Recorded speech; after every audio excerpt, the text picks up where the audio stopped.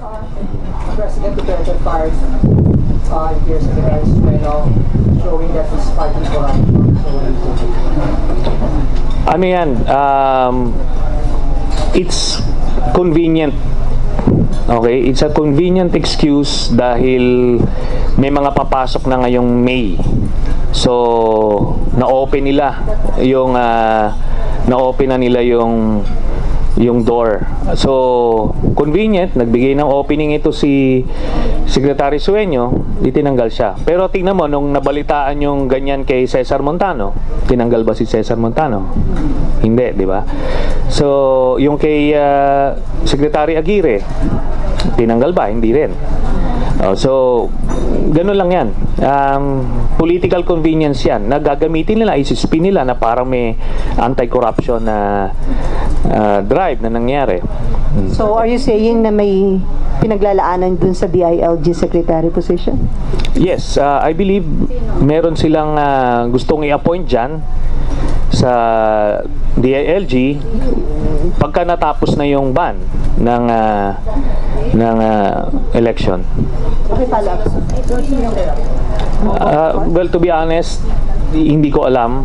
May mga names being floated around, pero ano yan, ano pa, kumbaga meron pang infighting yan kung sino eventually makakakuha niyan.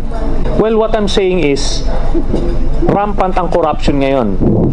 We have been identifying senior officials of this administration na engaged in corruption, pero hindi naman ginagalaw. Okay? Pero ito, como convenient na tatanggalin, yan. Kaya nga kita mo, they're very careful na sabihin na loss of trust lang ang reason. Di ba? Kasi nga naman, kung didiinan nila na husto, baka magsalita yan. Oo. Ngayon, kung meron naman talagang na-discover sila na illegal, ba't hindi mo kasuhan? Ba't tinanggal mo lang? Di ba? Sir, may info na after DILG Secretary Sueño, Customs Commissioner Feldon is next daw sa sisibakin ng Pangulo. Ako, I wouldn't be surprised, ano? Basta't maraming mga opisyales ng administrasyon na ito naggrabe ang corruption. So, ano yan, tinitignan namin, dinodocument namin whenever possible. So, yun.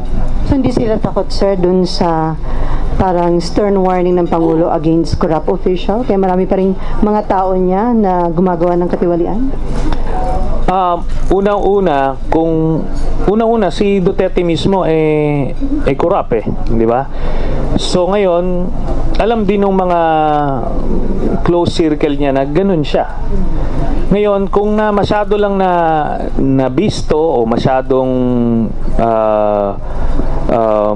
or napag-initan ng ibang mga gustong pumesto doon, yan lang yung mga tatanggalin. Di ba? Pagka meron kunyari, itong isang opisyal na to, kumikita siya. Ngayon, may isang gustong kumita doon sa pwesto na yon, susumbong yon na ito, nangungurap ito. So, it doesn't mean na ipapalit niya ay maayos din.